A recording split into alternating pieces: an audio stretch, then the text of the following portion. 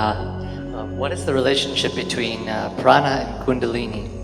And then this is related to it. How do we generate and maintain a proper flow of prana? The word kunda means a pit. It could be homa kund, which is a sacrificial pit, tirtha kund, which is the kind that you have seen, or just a kund, which is just a pit. So Kundalini is not the name of a particular energy. I am speaking, this is also Kundalini. You are listening, that is also Kundalini. A dog is barking, that is also Kundalini. A tree is flowering, that is also Kundalini. So, the whole energy in the existence is referred to as Kundalini because this is the nature of the energy. It is always in a pit. Only if you put a potential possibility like a seed, it finds expression. So right now, you put the right kind of seed and allow it to find expression rather trying to dig it out. But those who are in a rush and those who are competent or those who are in the presence of the competent constantly, such people can dig it out. You know, there are certain systems of tantra. There were certain types of people, particularly in Central Asia, these were certain groups of gypsies, nomadic people, who in their rituals, in a matter of 2.5 hours to 3 hours, they will plant an apple seed and make the tree grow and bear fruit.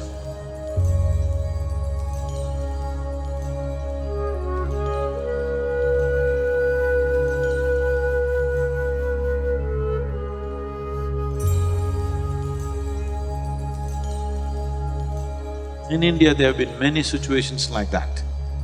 But I'm saying outside of India, these people did that because these people had a certain process of tantra where within a matter of few hours you plant, do certain rituals and make things happen, a plant actually grows up and bears a fruit. So there are other ways that if you create a certain type of energy, if you dig out a certain type of energy, what would happen in a certain span of life would happen very rapidly. Kundalini is a description of a certain practice. I know everywhere people are using the word like it is some film star or something. Kundalini, Kundalini, where's your Kundalini?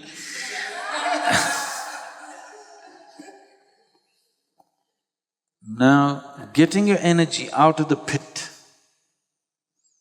the latent energy which is in the pit, to get it out of it is Kundalini. Kundalini yoga means to get the energy out of the pit and active.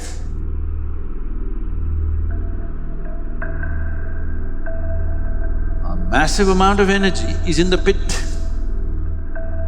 It's still there, you also have it, but it is not yours yet. Till you dig it out, it is not yours yet. If you dare to open this, you must be ready for many things. So, we established a whole yogic system called Kundalini Yoga. Those who dare to directly open it. Because once you move in this direction, you should not be concerned about your life. Like she's doing asana, she's worried about her relationship. You shouldn't have such concerns in your life. You're doing your asana, you're worried about your money, you shouldn't have such concerns in your life.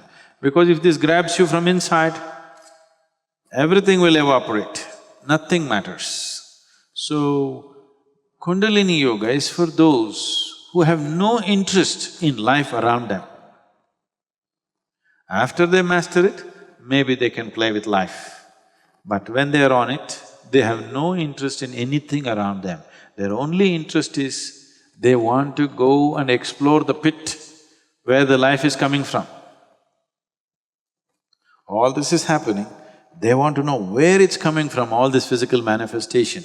They want to dive into it and see.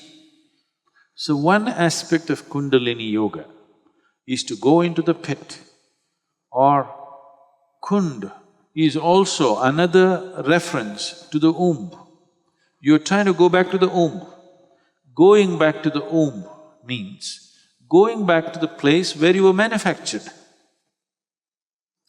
Do not think about it in terms of female anatomy. It is a place where you were manufactured, isn't it? It's like you went back to your factory, where you were made.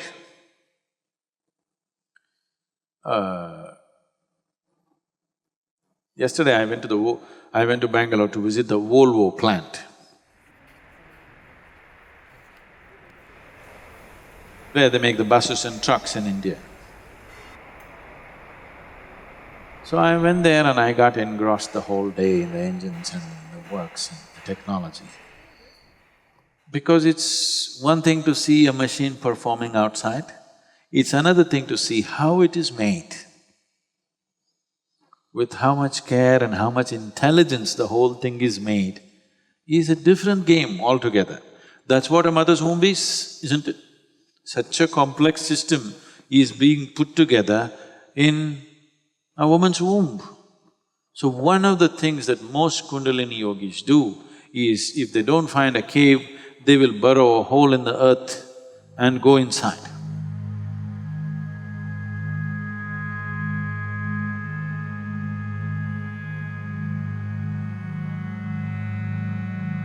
I've visited some Kundalini yogis in their holes.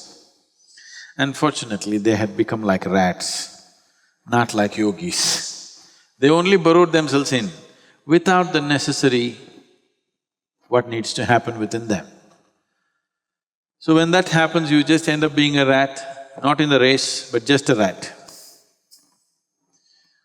This happened I was teaching in Hyderabad way back. These were the first few programs that I taught 30 years ago.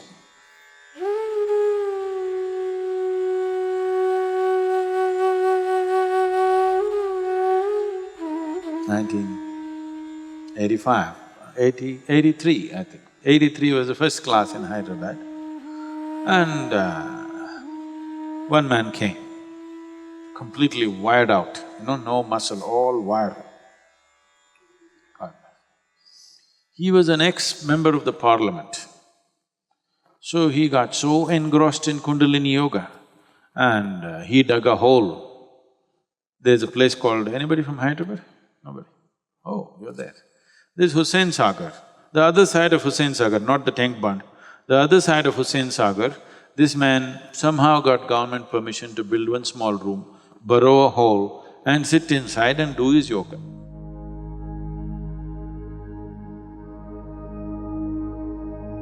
But he is so full of himself, he is not willing to take instruction from anybody. He read books and started doing Kundalini yoga.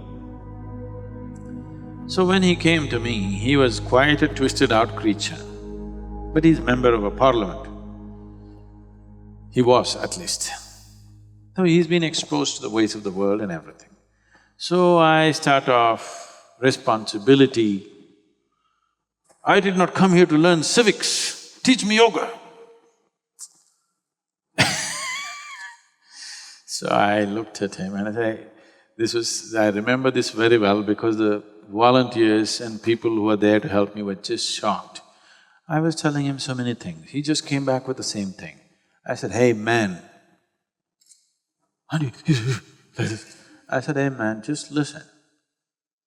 I know what you have done to yourself in the last 12-15 years. Either I will undo this or just see you… as you sit here, I'll do something else to you now. Because you won't allow the class to progress. There are 100 people in the program, this guy rants out his own thing, his own yoga that he's read in his books." So to the member of the parliament, he said, "Hey man," they all got shocked, "Sadhguru, it could be the end of you." And then after the program, we did something to him, something for the first time, little sweetness he experienced in his life. Then he asked me to come to his sadhana room and bless him. I said, "Okay," and I went. the other side of Hussain Sagar, and he's got a rat hole.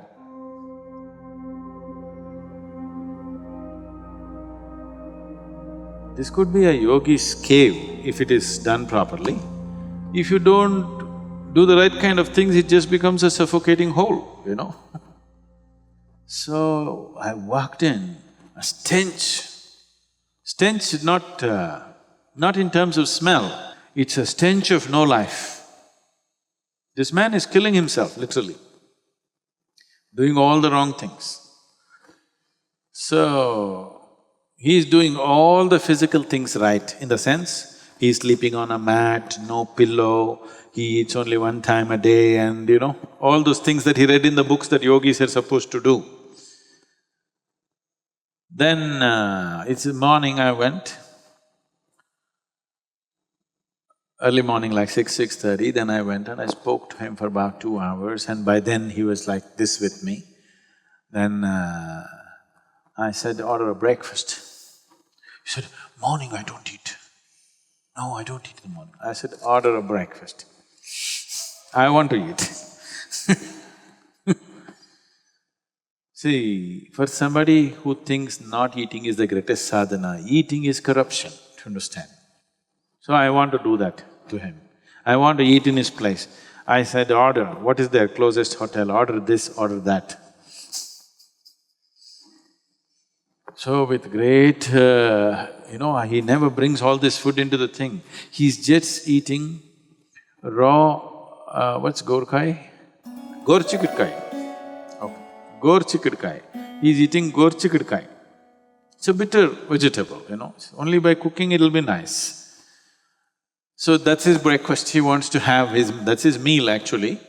I said, leave that. I ordered idli, upma, this, that, and I said, eat with me.